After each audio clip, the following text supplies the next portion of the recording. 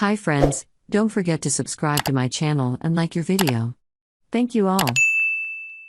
We've got to give it up to Kia for continuing to offer 3 flavors of its Kia Niro compact SUV, a hybrid, plug-in hybrid, and full battery electric vehicle, all of which feature distinct powertrains, unique characteristics, and slightly different personalities. We drove and tested all 3 versions of the second-generation Niro hatchback, so look for a trio of reviews. But for now we're taking a closer look at the 2023 Kia Niro Hybrid, the most affordable of the Niro bunch, starting at $27,785 for the base model and topping out at $33,785 with the top SX trim package.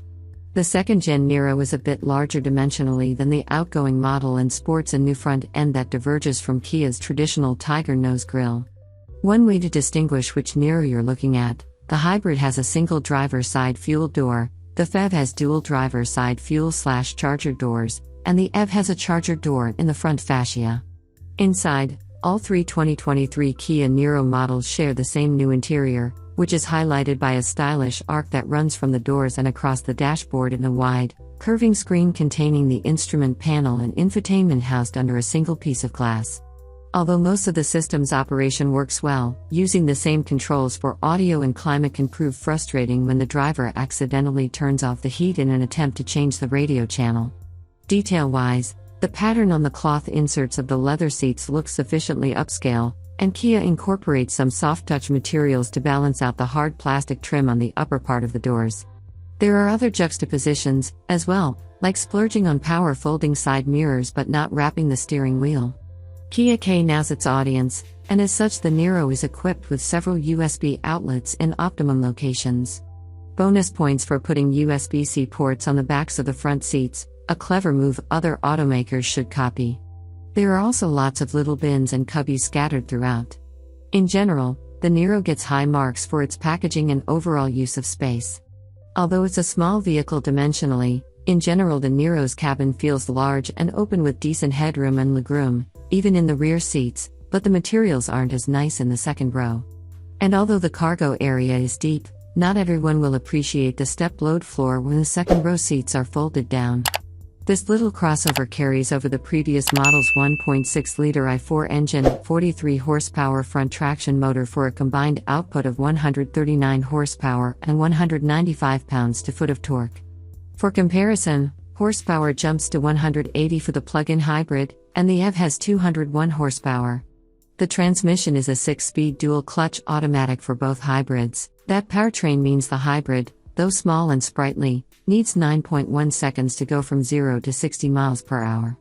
The PHEV makes the sprint in 7.3 seconds, and the pure EV is even quicker at 6.5 seconds, and the difference isn't just off the line.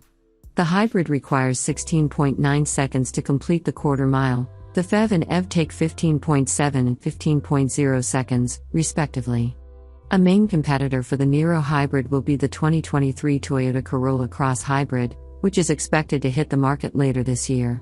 We had a regular 2022 Corolla Cross with a 2.0-liter i4, 169 horsepower, 150 pounds-to-foot, for testing, and it did 0 to 60 in 9.3 seconds and needed 17.1 seconds for the quarter mile. Toyota says the coming Corolla Cross Hybrid will achieve an 8.0-second 0 to 60 time, which will beat the Niro. We'll have to see what our test team records when it becomes available. Although the Niro Hybrid is the slowest of the trio, it's arguably the best of the bunch to drive. Our test team found it to be a well-balanced vehicle with good brake and steering feel and a dollop of liveliness to boot. It's nice that you can turn off stability and traction control, road test editor Chris Walton said. Too bad the car isn't fast enough to take advantage of it. Walton found the brakes to be very good and very easy to modulate.